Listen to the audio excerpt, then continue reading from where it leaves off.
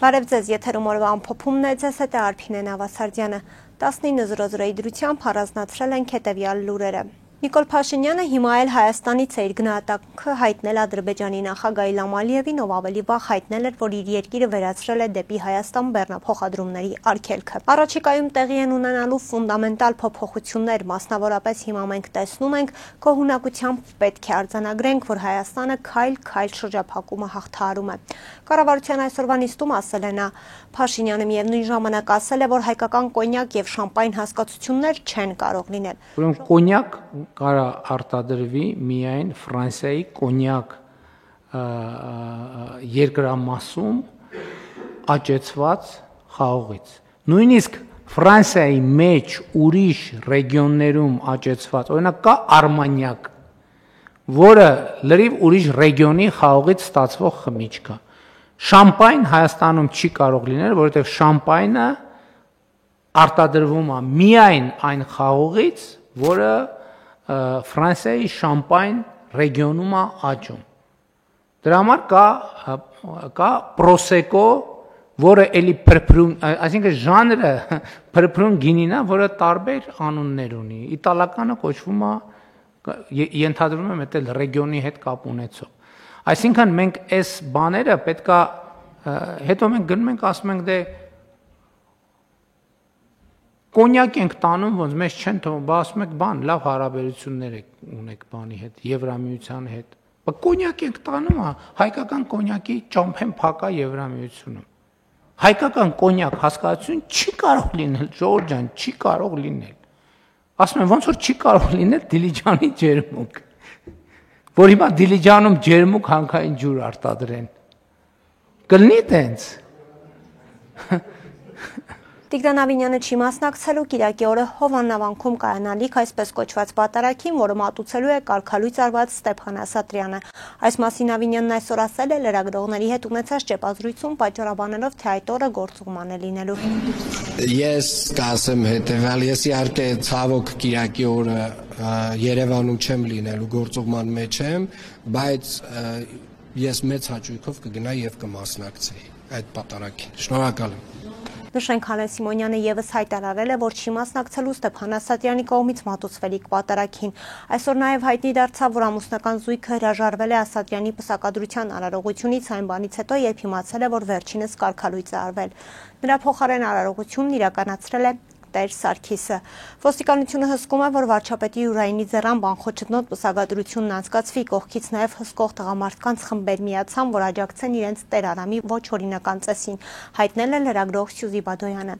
Հիշեցնենք, կարգալույծ արված Ստեփան Ասատրյանը Կիրակի օրը Հովաննավանքում պատարագի կմատուցի, որին մասնակցելու է նաև Նիկոլ Փաշինյանը։ Երևանում հոկտեմբերի 21-ից 22-ը կայացած հայ-ադրբեջանական քննարկմանը մասնակցել են նաև 2022 թվականի դեկտեմբերին Արցախը Հայաստանին կապող կյանքի ճանապարհը Լաչինի Միջանցքն ապօրինաբար արգելափակած այսպես կոչված էկոակտիվիստ Դիլարա Էֆենդիևան։ Տեղեկությունը հայտնում է ՖԻՊ փաստերի ստուգման հարթակը։ Այդ օրերին Արցախի առողջապահության նախարարությունը հայտնել էր, որ Ադրբեջանի կողմից Հայաստանի հետ կապող ճանապարհի արգելափակման հետևանքով առողջական ծանր խնդիրներ ունեցող Արցախի քաղաքացիների տեղափոխումը Երևան շարունակում է անհնար մնալ։ Մինչդեռ Էֆենդիևան 2022 թվականի դեկտեմբերին հրապարակված տեսանյութում պնդում էր, թե իբր իրենք պատրաստ են միջանցք տալ արցախցիների պատշաճ բուժօգնության համար։ Ես որպես այս ակցիայի կազմակերպիչներից մեկ ուզում եմ հաստատել, որ մենք պատրաստ ենք միջանցք տրամադրել շտապ օգնության մեքենայի եւ բժշկական օգնության համար, ասել էր Էֆենդիևան, ինչը բնականաբար իրականությանը չէր համապատասխանում։ Հիշեցնենք, Անվտանգության խորհրդի քարտուղար Արմեն Գրիգորյանը հոկտեմբերի 22-ին հանդիպել էր ադրբեջանական քաղաքացիության ներկայացուցիչների հետ, որոնք հոկտեմբերի 21-ից 22-ին մասնակցել են Double3B Hilton հյուրանոցում կայացած կլոր սեղանին, քննարկվել է խաղաղության օրակարգը։ Հոկտեմբերի 25-ին Գյումրի քաղաքապետարանի դիմաց ձերբակալվածներից 15-ը կալանավորվել է, 3-ը տնային կալանք կավացակայության արգելքով, մեկի նկատմամբ վարչական հսկողություն է սահմանվել։ Դատարանը երեկվանից էր սկսել էր քննել կալանքի միջնորդությունները, կալանավորվածների թվում են նաև քաղաքապետ Վարդան Ղուկասյանի եղբոր թոռները, մեկը Ավագանու Կոմկուս խմբակցության անդամ Գևորգ Ղուկասյանն է, մյուսը Նարեկ Ղուկասյանը։ Ղուկասյանի եղբոր ևս մեկ թոռ 3 է ձերբակալվել, նա անչափահաս է, նրան դեռ մեղադրանք չի առաջադրվել։ Ձերբակալված մյուս անչափահասն արդեն մեղադրյալի կարգավիճակ ունի, տնային կալանքի տակ է, երբից բացակայելու արգելք ունի։ Զանգվածային անկարգությունների հոդվածով այս գործը հարուցվեց նույն այն օրը, երբ կոռուպցիոն մեղադրանքով ձերբակալվեց քաղաքապետ Վարդան Ղուկասյանը։ Նրա աջակիցները հավաքվել էին քաղաքապետարանի մոտ, երբ Ղուկասյանը ձերբակալվեց ու տեղափոխվեց Երևան, Գյումրի բերված մեծ թվով ոստիկանների ու Ղուկասյանի աջակիցների միջև բախում եղավ, որի արդյունքում էլ եղան բերման ենթարկվածներ։ Քննչական կոմիտեն պնդում է, որ մեղադրյալները հնչեցրել են կոչեր արգելափակել համայնքապետարանի վարչական շենքի մուտքերը, որպեսզի հնարավոր չլինի տեղափոխել ձերբակալված ու համայնքապետարանի վարչական շենքում գտնվող անձանց, վնասել են ոստիկանության մեքենաների անվադողերը, համայնքապետարանի վարչական շենքի գույքը եւ ոստիկանության ծառայողների ուղղությամբ շշեր են նետել։ Քննչականի փոխանցմամբ 37 ձերբակալվածներից 29-ին մեղադրանք է առաջադրվել։ Լուսադեմին դատարանը 2 ամսով կալանավորել է մեր ձևով շարժման Գյումրիի համակարգող փաստաբան Ռուբեն Մխիթարյանին։ Կալանավորված գործարար Սամվել Կարապետյանի առաջնորդած շարժումն ընդգծում է տեսանյութերում պարզ երևում է, որ Գյումրիի քաղաքապետարանի դիմաց Մխիթարյանի գործողությունները բացառապես հանդարտեցնող եւ կանխարգելող բնույթի էին, բացարձակապես չէին պարունակում հանցավոր տարրեր եւ բխում էին փաստաբանի մասնագիտական գործունեության տրամաբանությունից։ Շարժումը սա պատժիչ քայլ է համարում, ակնհայտ է, որ Ռուբեն Մխիթարյանի նկատմամբ կալանքը կիրառվել է ոչ թե որպես խափանման միջոց, այլ պատժիչ ներգործություն պայմանավորված վերջինիս ակտիվ ընդդիմադիր կեցվածքով։ Գործող իշխանությունը իր կողմից ուղղորդվող իրավապահ համակարգի միջոցով կրկին անցել է իրեն բնորոշ բռնաճնշումների, հայտարարել է շարժումը։ Երեք այս գործով նաև քաղաքապետարանի 2 պաշտոնյա էր ձերբակալվել, մեկը Վարդան Ղուկասյանի խորհրդականը, մյուսը Ապոլինի շինությունների բաժնի պետի պաշտոնակատար Արթուր Մեսրոպյանը։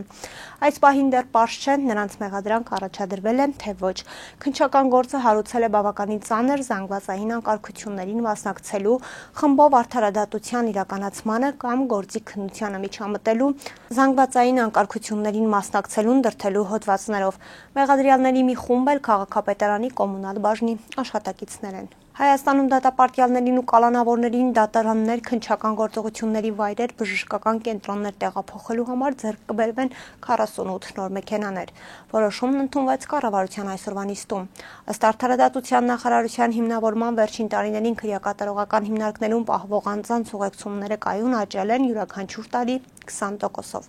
Հատկանշական է, որ 2022 թվականից 2024 թվականների քրեակատարողական հիմնարկներում կալանավորված առանց դատարանի որոշման ազատազրկված անձանց թիվը գերազանցել է դատապարտվածների թվին։ Արդարադատության նախարարությունը նախատեսում է հատուկ նշանակության 48 նոր մեքենաներ ձեռք բերել կալանավորների ու դատապարտյալների տեղաշարժն ապահովելու համար եւ նախատեսում է, որ ներկա ուղազները պետք է փոխարինվեն խոշտանգումների կանխարգելման եվրոպական կոմիտեի չափանիշներին համապատասխան։ Մեքենաների մատակարարման մրցույթը հաղթել է Մեգնա ընկերությունը։ Պայմանագրով Արդարադատության նախարարությունն ընկերությանը փոխանցելու է 1 միլիարդ 53 միլիոն դրամ։ Մեգան մատակարարելու է 2024 կամ 2025 թվականի արտադրության Ford Transit կամ դրան համարժեք մեքենաներ։ Մեգնայի սեփականատերը Շախմուլադյանների ընտանիքն է։ Կարեն Շախմուլադյանը ազգային ժողովի նախկին падգամավոր էր Հույդա խմբակցությունից։ Ձեռք բերվող 48 մեքենաներից 12-ը կմատակարարվեն մինչ տարեվերջ, իսկ մնացածը 26-ի ընթացքում։ Այսօր հոկտեմբերի 23-ին խոշոր ավտովթար է տեղի ունեցել Արարագածոտնի մարզում ժամը 8:00-ի սահմաններում 29-ամյա Նարեկն իր վարած Mercedes Magnus-ի ավտոմեքենայով ապարան սպիտակ ավտոճանապարհին ապարան քաղաքի վերջնամասում դեպի Երևան ընթանալիս դուրս է եկել հանդիպակաց երթևեկելի գոտի, բախվել երկաթե արգելապատնեշներին ու մխրճվել դրանց մեջ։ Ինչպես դեպքի վայրից հայտնում է ֆոտոլրագրող Գագիկ Շամշյանը, վթարի հետևանքով 2 հոգի, որոնց առաջին օգնության են հասել քաղաքացիները, տեղափոխվել են ապարան բժշկական կենտրոն։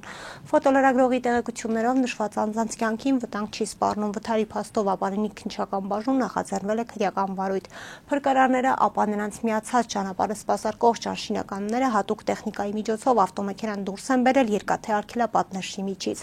Ըստ նախնական տեղեկությունների վթարի պատճառը եղել է մեկ այլ ավտոմեքենայի վարորդի կողմից վթարային իրավիճակ ստեղծելը, ով դեպքի վայրից հեռացել է, ինչն էլ դարձել է վթարի պատճառ։ Արագածոտնի պարեկներն ու ապարանի ոստիկանները պարզում են այդ տեղեկությունը։ Կհանդիպենք վաղը, առողջ եղեք։